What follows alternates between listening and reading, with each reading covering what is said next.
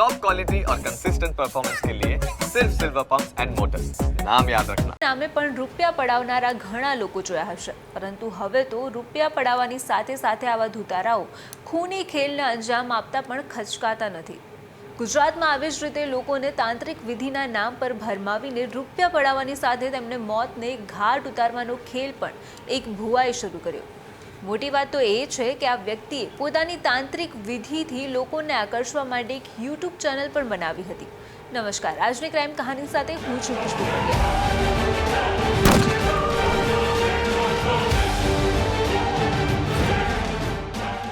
આ ભુવો કોણ છે અને તેને શું કર્યું તે બધી જ વાત આજે ક્રાઇમ કહાનીમાં કરવી છે. પરંતુ આ કહાનીની શરૂઆત આજકાલની નથી. વર્ષોથી આ ખૂની ખેલને અંજામ આપવામાં આવી રહ્યો હતો, અને તે રીતે કે કોઈને ખ્યાલ પણ ના આવે કે આ હત્યા હશે. આ ભુવો એટલો શાતિર હતો કે તેને પોતાના પરિવાર સહિત 12 લોકોની હત્યા કરી દીધી હતી. પણ કહેવાય છે ને કે કર્મોનું ફળ અહીંયા જ ભોગવવું પડે છે. નવલસિંહ ચાવડા, જેની 3 ડિસેમ્બરે ધરપકડ કરી લેવામાં આવી, એ આશંકાએ કે તે કોઈ વ્યક્તિની હત્યા કરવા જઈ રહ્યો છે. અને જ્યારે પૂછપરછ કરવામાં આવી ત્યારે સામે આવ્યું કે આ વ્યક્તિ ઓલરેડી 12 હત્યા કરી ચૂક્યો હતો, જેમાં તેના પરિવારના લોકોને પણ સામેલ કરવામાં આવેલા હતા.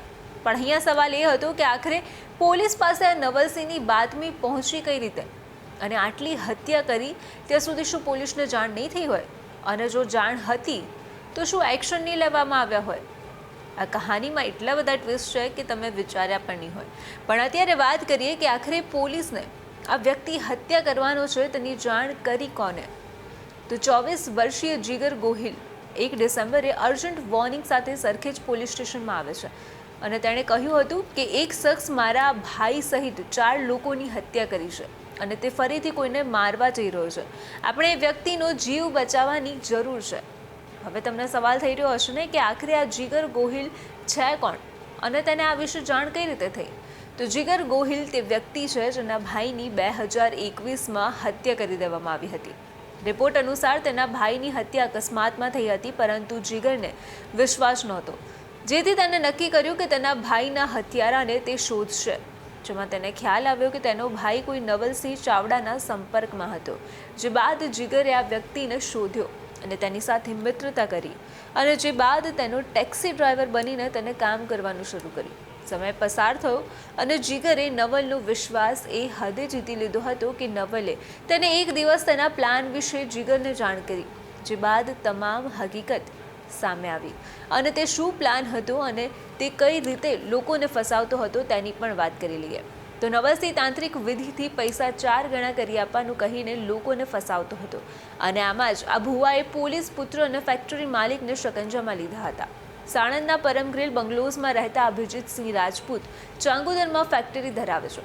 તેમને ભુવા નવલસિંહ ચાવડાએ તાંત્રિક વિધિ દ્વારા 1 કા 4 કરી આપવાની લાલચ આપી, અને પછી ભુવાએ ફેક્ટરીના માલિકને સનાથલ ખાતે 15 લાખ રૂપિયા લઈને બોલાવ્યો હતો. પણ સવાલ એ હતો કે લોકો તેને પૈસા આપી પણ દેતા હતા? તો બિલકુલ નહીં. આ ભુવો તાંત્રિક વિધિના નામે વ્યક્તિને કોઈ પ્રવાહી પદાર્થમાં ઝેરી પદાર્થ ભેળવીને પીવડાવી દેતો હતો, જે બાદ વ્યક્તિનું 30 મિનિટમાં મૃત્યુ થઈ જતું, અને આ પૈસા લઈને તે ત્યાંથી ફરાર થઈ જતો. આવું જ ફેક્ટરીના માલિક સાથે પણ કરવાનો હતો, જેની વાત તેને જીગરને કરી. પણ અહીંયા સવાલ એ હતો કે આખરે એવું તો શું પીવડાવતો હતો કે વ્યક્તિનું 30 મિનિટ બાદ મૃત્યુ થઈ જતું હતું. તો તે દારૂમાં કે પાણીમાં સોડિયમ નાઇટ્રેટ ભેળવીને સામેવાળા વ્યક્તિને પીવડાવી દેતો હતો. અને આ એક એવો પદાર્થ છે જે વ્યક્તિના શરીરમાં ગયા બાદ ધીરે ધીરે ઝેરની જેમ અસર કરે છે. એક વ્યક્તિને હાર્ટ એટેક જેવું લાગે છે. એટલે કે અત્યાર સુધી કરેલ તેની હત્યા આ જ રીતે હતી, જેમાં તે વ્યક્તિના ડ્રિંકમાં સોડિયમ નાઇટ્રેટ નાખીને પીવડાવી દેતો, અને પછી વ્યક્તિ થોડોક આગળ પહોંચે કે અકસ્માત કે પછી હાર્ટ એટેકથી મૃત્યુ પામ્યો હોવાનું સામે આવતું. તેથી તેના ખિલાફ કોઈ પણ કમ્પ્લેન ફાઇલ નહોતી થઈ, અને તે આમ કરીને પૈસા દાગીના લઈને ફરાર થઈ જતો. પણ આખરે પોલીસ દ્વારા 3 ડિસેમ્બરના રોજ નવલસિંહ ચાવડાને અરેસ્ટ કરવામાં આવ્યો, જે બાદ કોર્ટ દ્વારા તેના રિમાન્ડ મંજૂર થતાં આરોપી 10 ડિસેમ્બર સુધી રિમાન્ડ પર હતો. રિમાન્ડ દરમિયાનની તપાસમાં જાણવા મળ્યું કે તાંત્રિક વિધિના બહાને અને આર્થિક ફાયદા માટે કુલ 12 મર્ડર તેને કર્યા હતા. દરેક હત્યામાં સોડિયમ નાઇટ્રેટનો ઉપયોગ કર્યો હતો, અને જેમાં એક મર્ડર અશલાલીમાં 3 સુરેન્દ્રનગર, 3 રાજકોટના પડધરી ખાતે, 1 અંજાર, 1 વાંકાનેર તથા 3 પોતાના પરિવારમાંથી જ મર્ડર કરેલાની કબૂલાત કરી હતી. પણ પેલું કહેવાય છે ને કે કર્મોનું ફળ અહીંયા જ ભોગવવાનું હોય છે. તો એવું નવસ્તી સાથે પણ થયું. પોલીસ કસ્ટડીમાં એકાએક તેની તબિયત બગડતા તે ઢળી પડ્યો અને સારવાર દરમિયાન તેને હોસ્પિટલમાં દમ પણ તોડ્યો.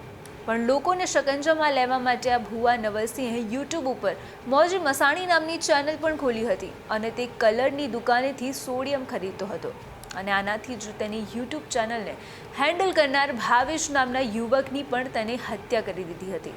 સાથે જ તેને લોકોને પતાવી નાખવા માટે સોડિયમ નાઇટ્રેટ પાવડરનો ઉપયોગ કરવાનો આઈડિયા એક ફેમસ ક્રાઇમ સિરીઝથી લીધો હતો.